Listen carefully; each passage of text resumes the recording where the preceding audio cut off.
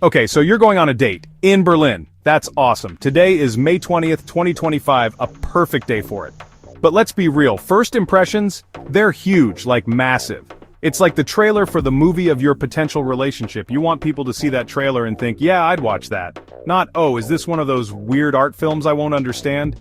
Dating nowadays is already a wild ride, a text, a swipe, a who even is this person? So when you finally meet, that first vibe check is everything, man. It sets the tone. It really, really does. You gotta nail it. Or at least, try not to spill soup on yourself immediately. It's a small goal, but achievable. Berlin is an amazing city for dating, seriously, so much cool stuff to do. You've got history, amazing art, sprawling parks, uniquely weird bars, and food from every corner of the world. Options, so many options.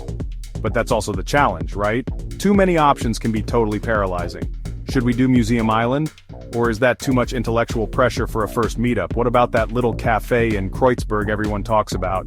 Is it going to be too loud to actually hear each other? Choosing the right location is super important.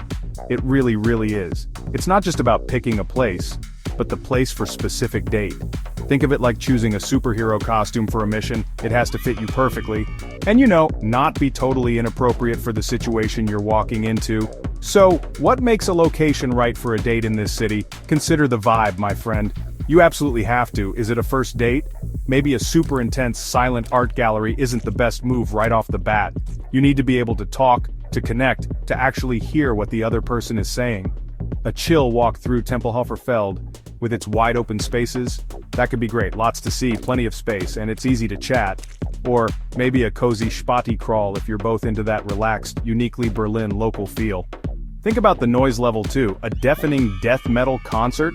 Probably not ideal for deep, meaningful conversation on date number 1.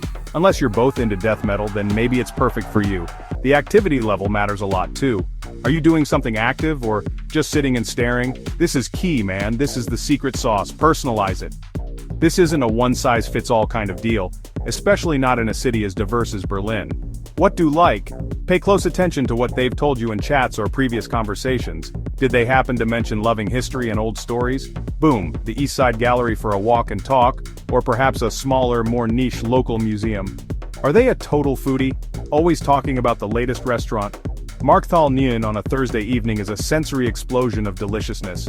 If they're an outdoorsy type, a gentle stroll along the spree or a visit to the vast Tiergarten is absolutely perfect. It shows you listen. It shows you care. That's incredibly attractive, trust me. Don't just pick favorite spot, unless you genuinely think they'll love it too. This is about making feel comfortable and excited. It's like making a mixtape back in the day, but with, actual places and experiences. Alright, location sorted. You've picked a winner.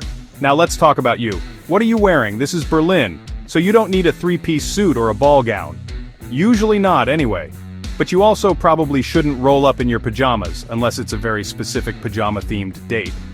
Which, hey, could be fun? Maybe save that idea for later down the line.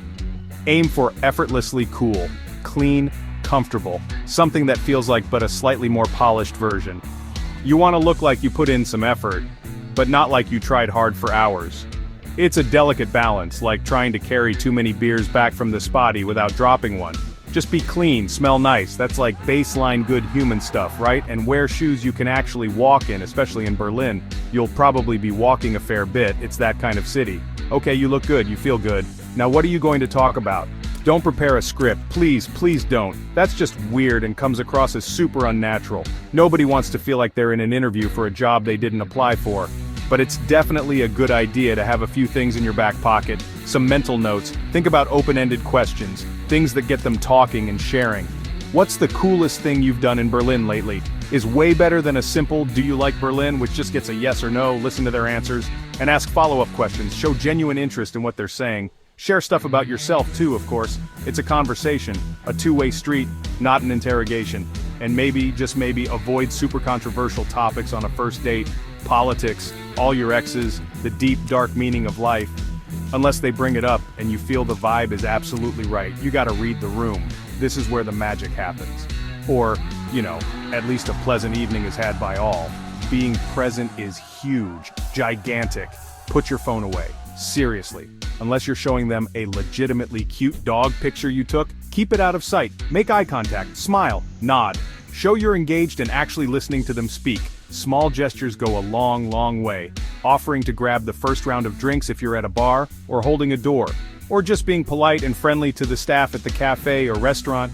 People notice that stuff, those little interactions. Remember that personalization thing we talked about earlier? Weave it in. You mentioned you liked that specific band. Did you see they're playing here next month? It shows you're not just on autopilot, you're there in that moment. It's about creating a real connection, even if it's just for a few hours. And laugh. Hopefully, you're having some fun together. Okay, the date's winding down. The bill has been paid, or you're nearing the end of your walk. How do you end it well, leaving a good final impression? If you had a genuinely good time and you want to see them again, just say so. There's no need for weird mind games or waiting 3 days to text. I had a really great time tonight. I'd love to do this again sometime if you're up for it. The Berlin goodbye can be a bit famously abrupt sometimes, so make your intentions clear if you're keen. A simple, thoughtful text later that night or the next day is nice too. Hey, thanks again for a fun evening. Hope you got home okay. So, key things. Pick a good personalized spot, prepare a little, but always be yourself. Be present and engaged. Dating can be a bit nuts sometimes, especially with apps and all that, but it can also be pretty awesome.